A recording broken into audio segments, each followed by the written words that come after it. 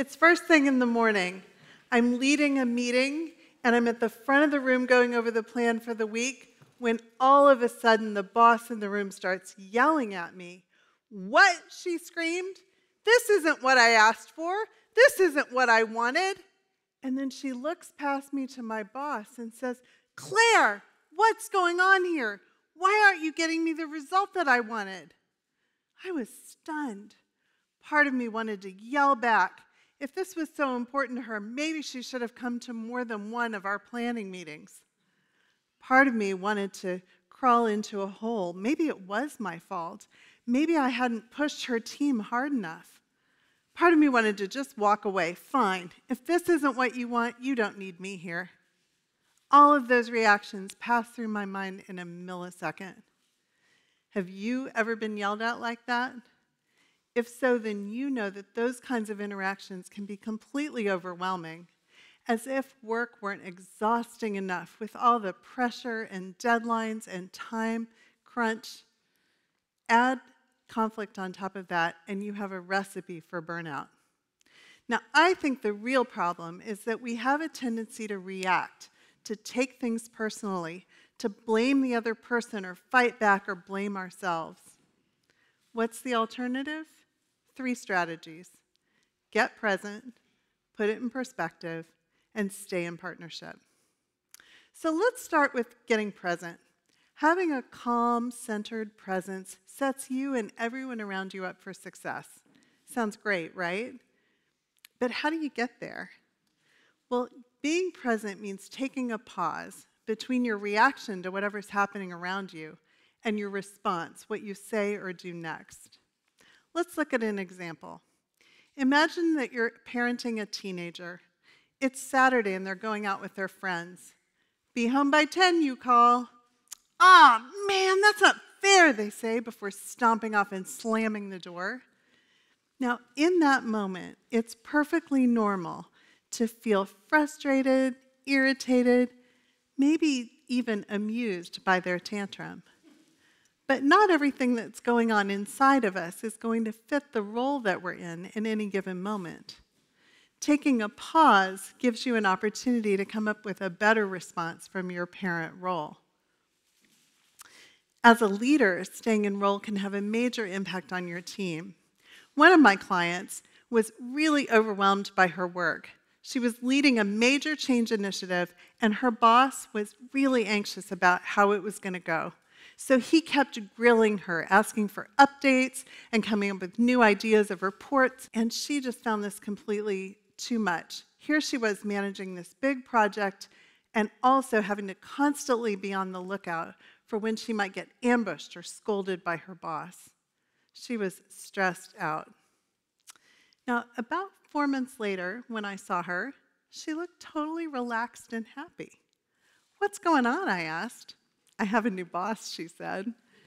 This new boss was completely calm in the face of all that change. If she was anxious about Gloria's ability to deliver, she didn't let it show. Instead, she was completely present for Gloria and her team. And the impact on Gloria was huge. Having a boss who was calm in the face of all that change reduced Gloria's anxiety and kept her focused on the task at hand. I think presence is a superpower. When you can stay calm and focused in the face of whatever's happening around you, you set the stage for everyone to be more productive. Which brings us to our second step, put it in perspective. Perspective is about rising above the conflicts that you're in to see the context. So let's go back to our parenting example. In that example, you're in the role of parent, where you have the goal of keeping your kids safe and healthy by setting functional boundaries like curfews and bedtimes. Your kid, on the other hand, is in the role of adolescent, where they have the developmental goal of finding their independence, which means testing limits. The conflict is built in. Your job is to set the boundary, and their job is to push up against it. It's not about you, and it's not about them. It's simply a function of the context, the different roles that you're in, and the conflicting goals that they represent. So let's look at an organizational example.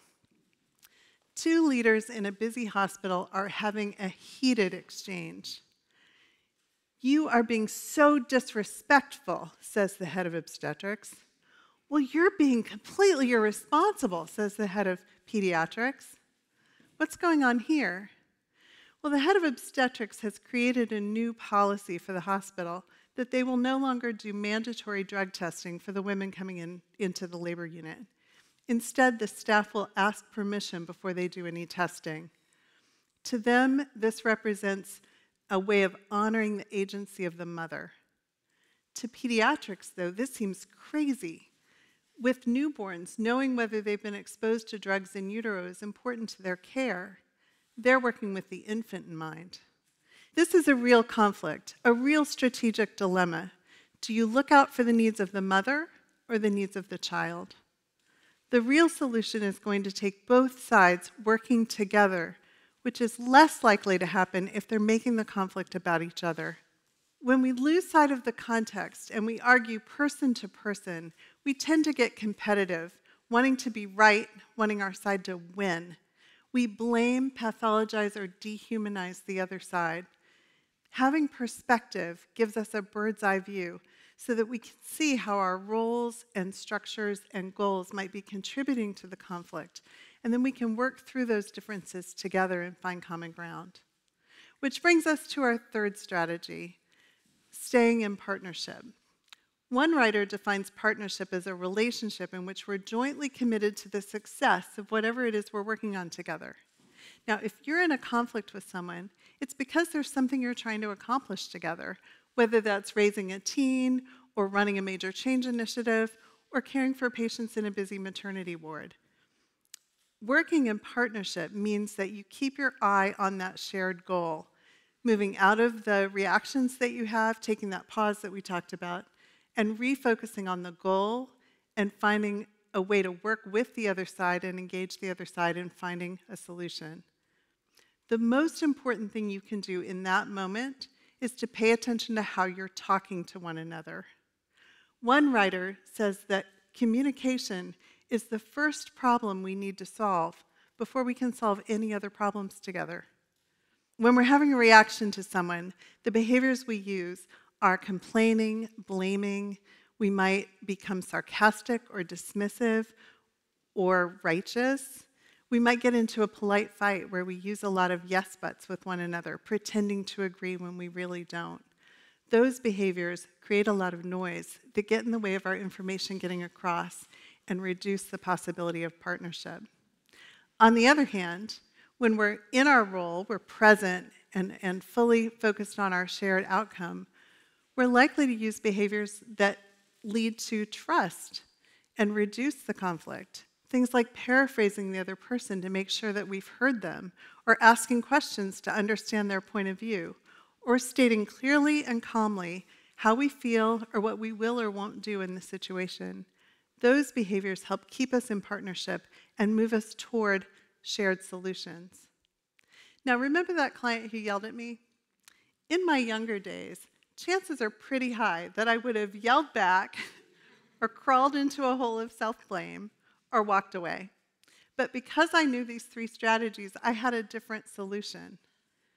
Instead, I got present, took a deep breath, and reflected back what she had said.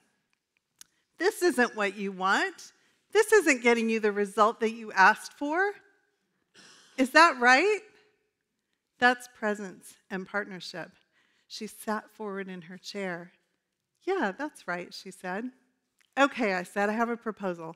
Let's go ahead with the plan for the day, and while the group is working, let's huddle and get refocused on your goals and make sure you're getting the outcome you want from the rest of the week.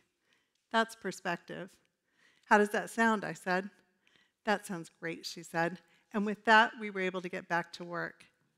Now, you'll be able to handle conflict and reduce burnout if you remember to get present, put it in perspective, and stay in partnership. Thank you.